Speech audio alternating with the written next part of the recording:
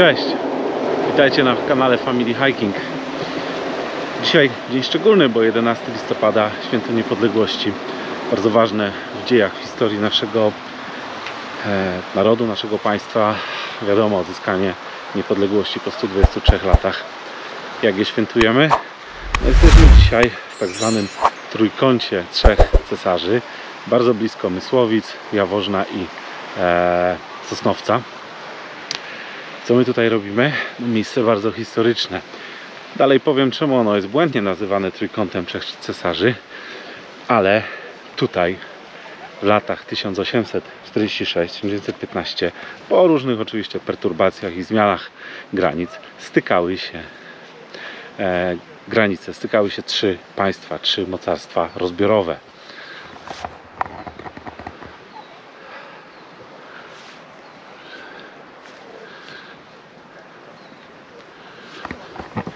Taki trójkącik,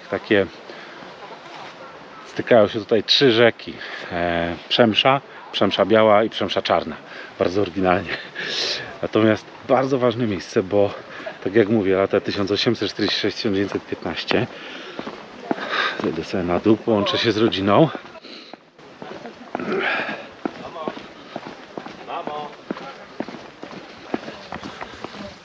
Tam są. Miejsce szczególne, bo no jakby takie trochę symboliczne, ale też turystyczne, o tym powiem za chwilę. O co z tym chodzi? Tak naprawdę o miejscu, które nazywane było Dry... Tak, znowu wszyscy się dobrze bawimy. Miejsce, które nazywane jest niepoprawnie trójkątem trzech cesarzy, czyli Drei Kaiser Ecke, możemy mówić dopiero od 1873 roku. No wcześniej istniało Królestwo Niemiec, zostało zjednoczone, między innymi tam Bismarck odegrał dużą rolę w tym, natomiast oficjalnie 1871, a o tym miejscu, czyli tak zwanym kącie, czy zakątku trzech cesarzy, Drei Kaiser Ecke, możemy mówić od 1873 roku, kiedy zostało zawarte takie porozumienie trzech cesarzy, czyli mówimy tutaj cesarstwo, czy carat rosyjski, cesarstwo, monarchia austro-węgierska i właśnie cesarstwo Prus. Chyba obecnie jesteśmy w miejscu, które było po stronie Rosji. Tam były Prusy. Nie, tam były Prusy. Tu była Austria. A my jesteśmy po stronie rosyjskiej. Czyli te ziemie to było oddzielone rzeką? Tak, to była właśnie taka... Czyli tu była Rosja, tam była Austria, tam był Prusy. Dokładnie, dokładnie. I granicą była rzeka. I granicą była rzeka. To znaczy właściwie trzy rzeki, bo tutaj są trzy Przemsze. Biała, Czarna i Przemsza zwykła.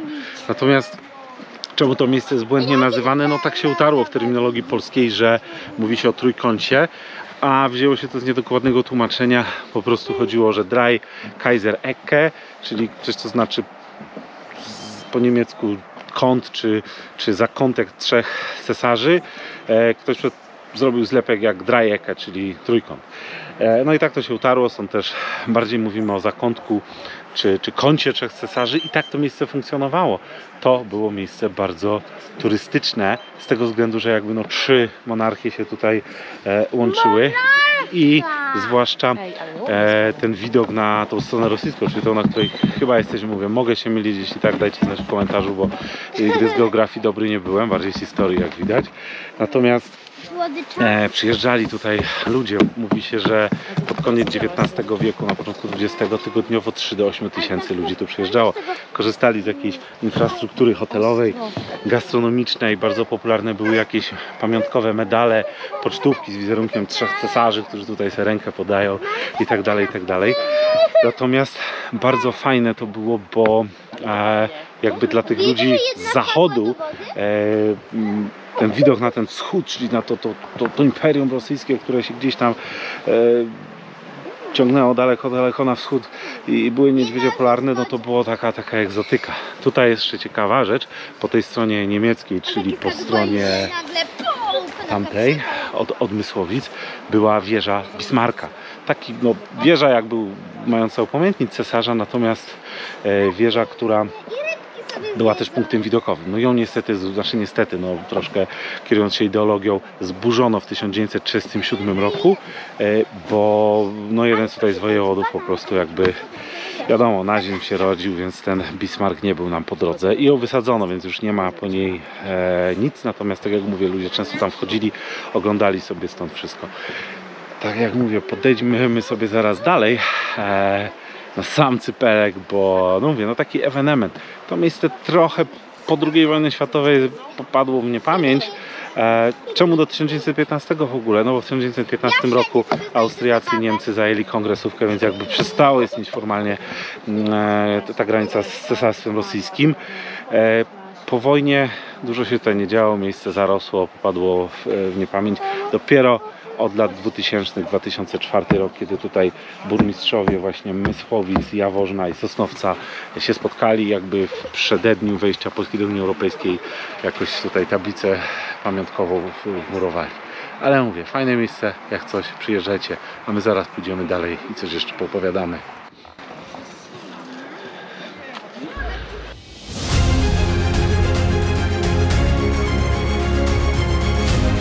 Aby dokładniej zrozumieć historię tego miejsca, musimy cofnąć się do początku XIX wieku. W latach 1815-1831, po Kongresie Wiedeńskim, zbiegały się tam rubieże Królestwa Polskiego, będącego częścią Cesarstwa Rosyjskiego, Królestwa Prus oraz Rzeczypospolitej Krakowskiej, pod protektoratem trzech zaborców. W latach 1831-1846, po włączeniu Królestwa Polskiego do Rosji jako autonomicznej prowincji, był to trójstyk granic Rosji, Prus i Rzeczypospolitej Krakowskiej. Następnie po włączeniu tej ostatniej do monarchii Habsburgów w latach 1846-1871 zbiegały się tam granice pomiędzy Królestwem Prus, Cesarstwem Austriackim i Imperium Rosyjskim.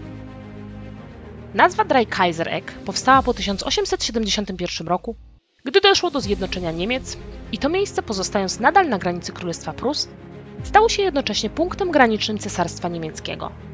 Linie graniczne biegły rzekami Przemszą, Białą Przemszą i Czarną Przemszą. Granica między mocarstwami przestała istnieć w tym miejscu w 1915 roku, po zajęciu tzw. kongresówki przez Niemcy i Austro-Węgry. Miejsce graniczne zniknęło w 1918 roku po powstaniu Rzeczypospolitej Polskiej.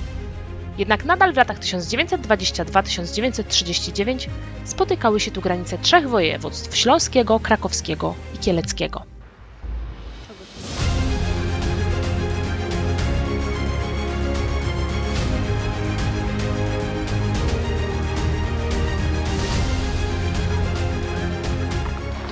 Tutaj doskonale właśnie widać, jesteśmy na takim cypelku, najdalej wysuniętym tym trójkącie, źle nazywanym trójkącie, bo bardziej kącie czy zakątku trzech cesarzy. Jesteśmy po stronie rosyjskiej.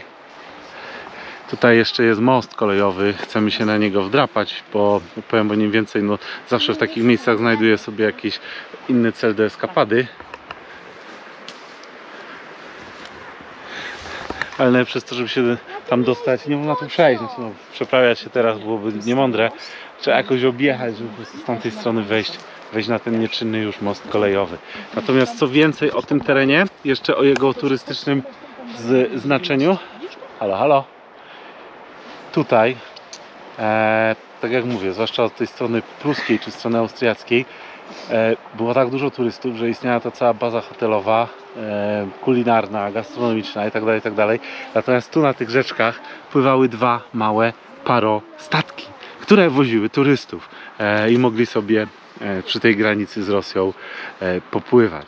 Także no mówię, no miejsce takie fajne, ono wraca dopiero do jakby łask, czy ponownie się o nim mówi.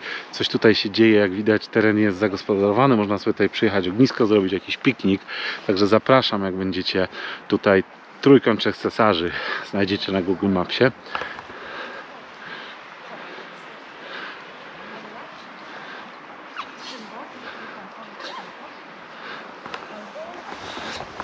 A tak jak mówię, my chcieliśmy Święto Niepodległości odwiedzić. To miejsce związane też z historią Polski, z zaborami, z odzyskaniem niepodległości. No i też taki smaczek czy perełkę na mapie historii naszej, powiedzmy, nie tylko powiedzmy związanej z uzyskaniem niepodległości, marszami, wieszaniem flag i tak dalej, bo to każdy może zrobić, ale chcieliśmy pojechać w miejsce symboliczne i myślę, że nam się udało. Jak dzieci, jak wam się podoba? A co ci się najbardziej zapodoba? Bardzo. Ale co najbardziej? Rzeczka. Rzeczka, to jest Przemsza. To jest chyba Przemsza biała, a to jest Przemsza. A Przemsza czarna jest gdzieś tam dalej. Nic. Nic? Ojej, ale dzisiaj bez humoru. To trudno. Mam nadzieję, że pooglądamy sobie jeszcze więcej z góry tego miejsca, bo robi robotę.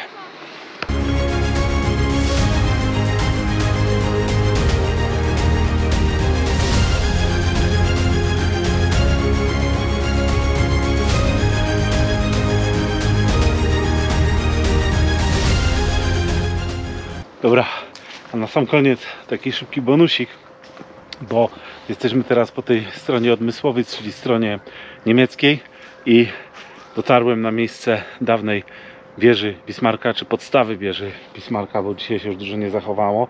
I tutaj mówię też od strony Mysłowic, jest kamień upamiętniający ten kąt, czy trójkąt trzech mocarstw, trzech cesarzy. A tutaj są fundamenty dawnej wieży, która, tak jak mówię, w XXVII została wysadzona.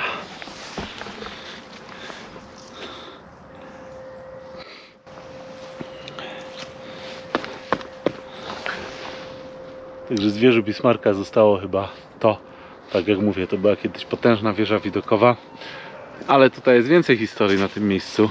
Proszę.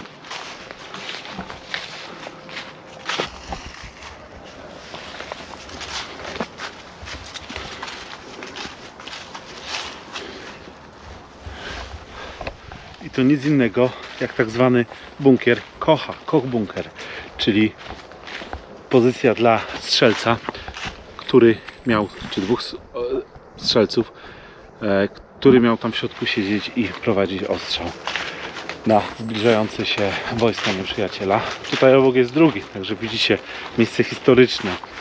Tyle historii z różnych epok się tutaj przeplata.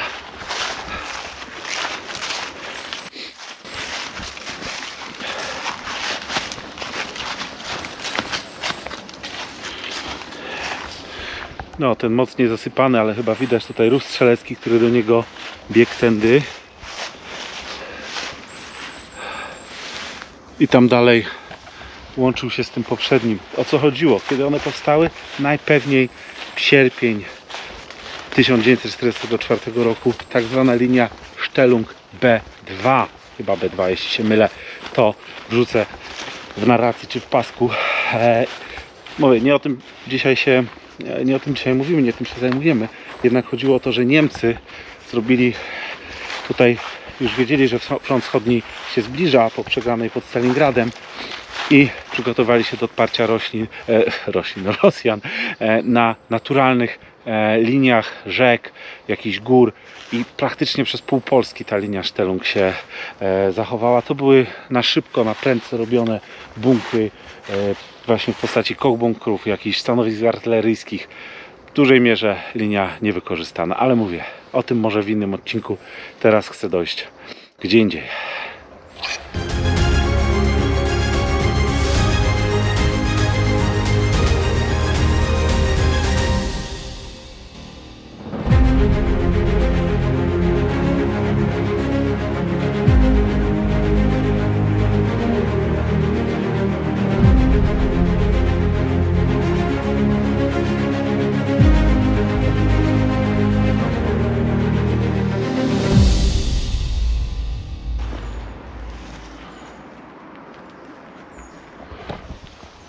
Kontynuujemy swoją podróż po stronie pruskiej, w cudzysłowie oczywiście, czyli od tej drugiej strony, tam właśnie gdzie pokazywałem jest ten trójkąt. Jesteśmy w lesie, jest trochę ciemniej, także musiałem włączyć światła. Tam, tak jak mówię, byliśmy od strony rosyjskiej i nie dało się przeprawić, więc musieliśmy jechać naokoło i wejść. A dlaczego tu jesteśmy? Bo chciałem pokazać wam te mosty i coś więcej o nich opowiedzieć.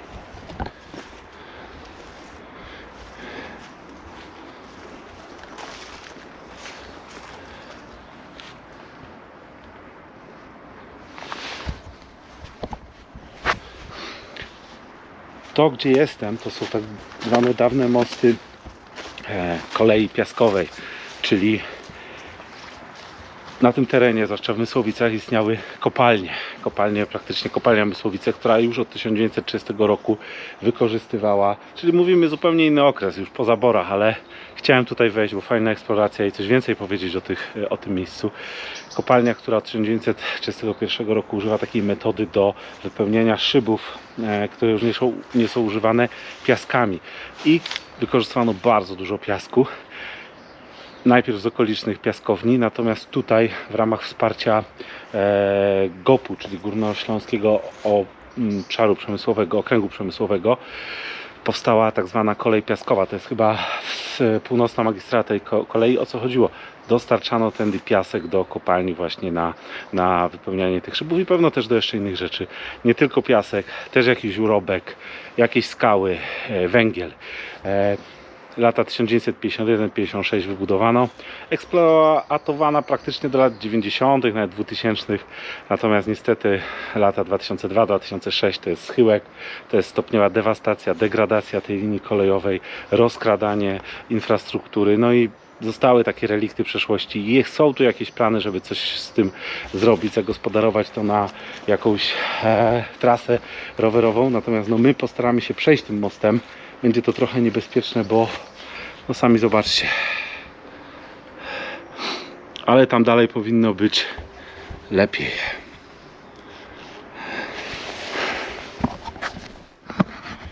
Także nie byłbym sobą, gdybym się tu nie wybrał.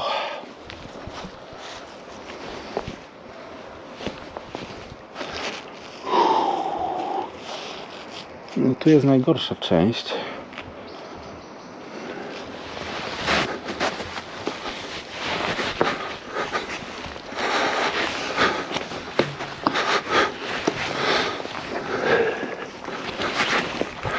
Nie róbcie tego sami, ani z dziećmi.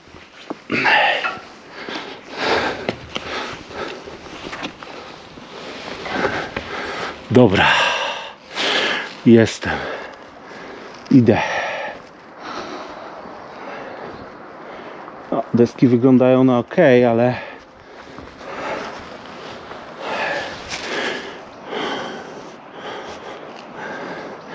nie jest źle. I teraz się przeprawiamy na stronę austriacką tą koleją, znaczy mostem po tej kolei piaskowej. Dobra, lepiej iść przy barierce, jakby coś trzasło, to jest szansa się uratować. O, coś skrzypnęło. Także nie jest fajnie. No tutaj jest około 10 metrów wysokości, a pod nami rzeczka. Także lądowanie nie byłoby przyjemne. O, no jedna deska już jest właśnie kiepskawa. Także sorry za jakość nagrania, ale wolę mieć dwie ręce wolne i trzymać się po prostu tutaj jakiś poręczy.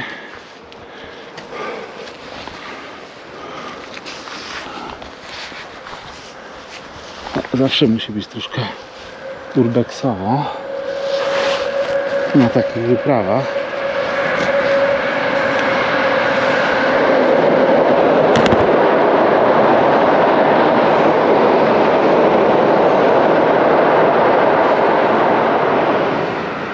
O kurde. No dobra, przeliczyłem się.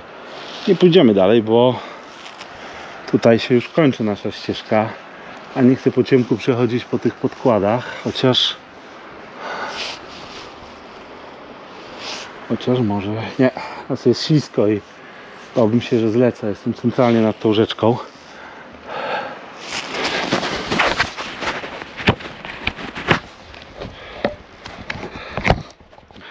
Także musicie mi wybaczyć, nie dojdę do końca tego mostu, bo zrobi się coraz ciemniej, a moje życie jest dla mnie bardzo ważne, ale i tak doszliśmy daleko, więc jest fajnie.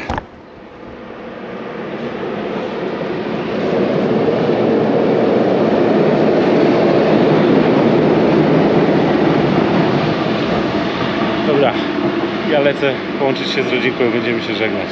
Dzięki bardzo.